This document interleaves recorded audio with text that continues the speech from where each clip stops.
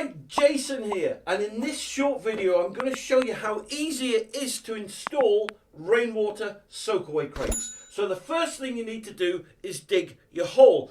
Now for this example I'm going to be using 6 rainwater crates, and the size or footprint of the hole is going to be 1.5 meters long by 1 meter wide by 1 meter deep.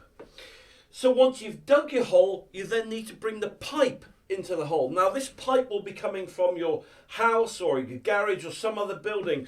And typically the fall of the pipe into the hole should be 1 in 200. So now you can start putting the crates into the hole. So put in crate 1, crate 2, and crate 3. Now before you put crate 4 in, you'll notice there's a pipe in the way. But there's an easy fix to this. On the crate themselves there's a circular hole, just cut it out and push the pipe into the soakaway crate. It should go about halfway into the crate.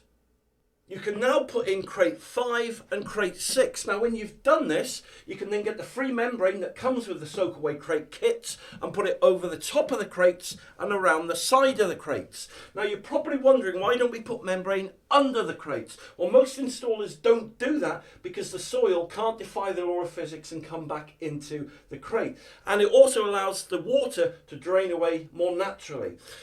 Once you've done the membrane, you can then fill the hole back in with soil. Job done. How easy was that? That's how easy it is to install these soakaway crate kits.